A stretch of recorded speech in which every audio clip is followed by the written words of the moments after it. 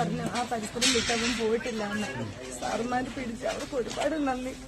എന്റെ അമ്മയ്ക്ക് എന്ത് പറ്റിയെന്നത് എനിക്ക് അവന്റെ വായിന്ന് അമ്മയ്ക്ക് മാത്രമല്ല അപ്പനും അവർക്ക് 3 പേർക്കും എന്ത് അവനെ കൊണ്ട് പറയിക്കണം. അതെ അതെ 9-ാം തീയതിക്ക് ശേഷം ഈ അമ്മയും അതോടൊപ്പം തന്നെ സഹോദരനെയും ആരും കണ്ടിട്ടില്ല. താമസിക്കുകയല്ല, അല്ലെങ്കിൽ വീട്ടിൽ നിന്ന് പോലും പോകാൻ തയ്യാറായില്ല എന്നുള്ളതാണ്.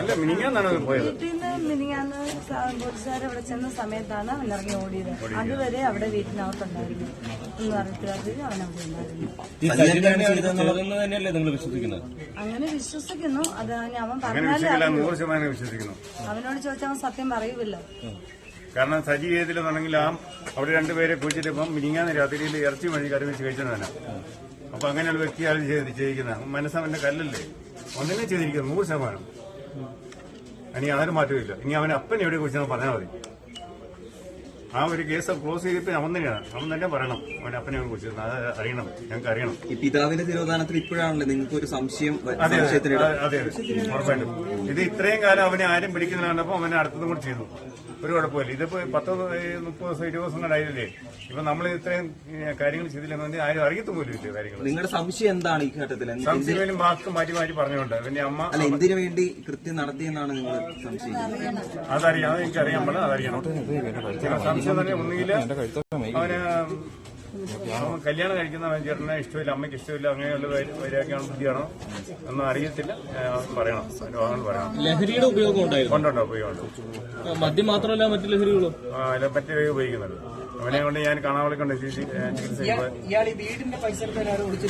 അതെ അതെ അതെ. നമ്മളിന്നലെ ചെയ്തെല്ലാം കണ്ടിട്ടുണ്ട്.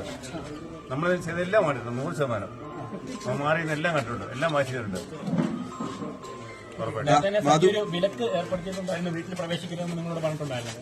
ഉണ്ടായിരുന്നു. പിന്നെ ഇവന് ഒരു ദിവസം സ്മോൾ അടിച്ചിട്ട് വന്നിട്ട് വീട്ടിൽ വഴക്കുണ്ടാക്കിയായിരുന്നു. അപ്പൊ മൂത്ത ആള് പറഞ്ഞു മിണ്ടായിരിക്കടാ, അമ്മയ്ക്ക് വയ്യായിരിക്കുമല്ലോ എന്ന് ചോദിച്ചു. അപ്പൊ അമ്മ ഇവന് തല്ലാനായിട്ട് എന്ന് പറഞ്ഞിട്ട് ഞാൻ അടിച്ചായിരുന്നു. അത് കഴിഞ്ഞ് ഞാൻ പോരാൻ നിർത്തുന്നത് വീട്ടിൽ കയറിയാൽ നിന്നെ കൊന്നുകളയുമെന്ന് പറഞ്ഞു. ആദ്യം പിന്നെ ഞാൻ ആ വീട്ടിലേക്ക് പോയിട്ടില്ലായിരുന്നു. അമ്മയും ചേട്ടനെ ഞാൻ അന്വേഷിക്കുന്നുണ്ടായിരുന്നു പുറത്തുനിന്ന്. എന്റെ അപ്പാപ്പിയോട് അന്വേഷിക്കും, ആന്റിയോട് അന്വേഷിക്കും, പുറത്തുള്ള ഓട്ടക്കാരോട് അന്വേഷിക്കും കാണുന്നുണ്ടോന്ന്. അപ്പം ഈ 1 മാസമായിട്ട് റെജിയെ കാണുന്നില്ല എന്ന് പറഞ്ഞപ്പോഴാണ്, അത് കഴിഞ്ഞ് ഇങ്ങനെ അറിഞ്ഞു വന്നപ്പോഴാണ്. ഇവളെയും ഞങ്ങളെയൊക്കെ വീട്ടിൽ അകറ്റി നിർന്ന കാരണം ഇവന്റെ മനസ്സിൽ എന്തോ മറക്കുന്നുണ്ട്. അതാ എനിക്ക് തോന്നുന്നു അച്ഛന്റെ തിരുവോധനം തന്നെയാണ് മറക്കുന്നത്. അത് നമ്മൾ അറിയില്ല. അതിനുവേണ്ടി ഞങ്ങളെല്ലാം മാറ്റി നിർത്തുന്നത്. അവൻ ഇങ്ങനെ ഇരിക്കുന്നത്. നിങ്ങളോടൊക്കെ ഉള്ള ഒരു സമീപനം എങ്ങനെയായിരുന്നു സഞ്ജീവൻ?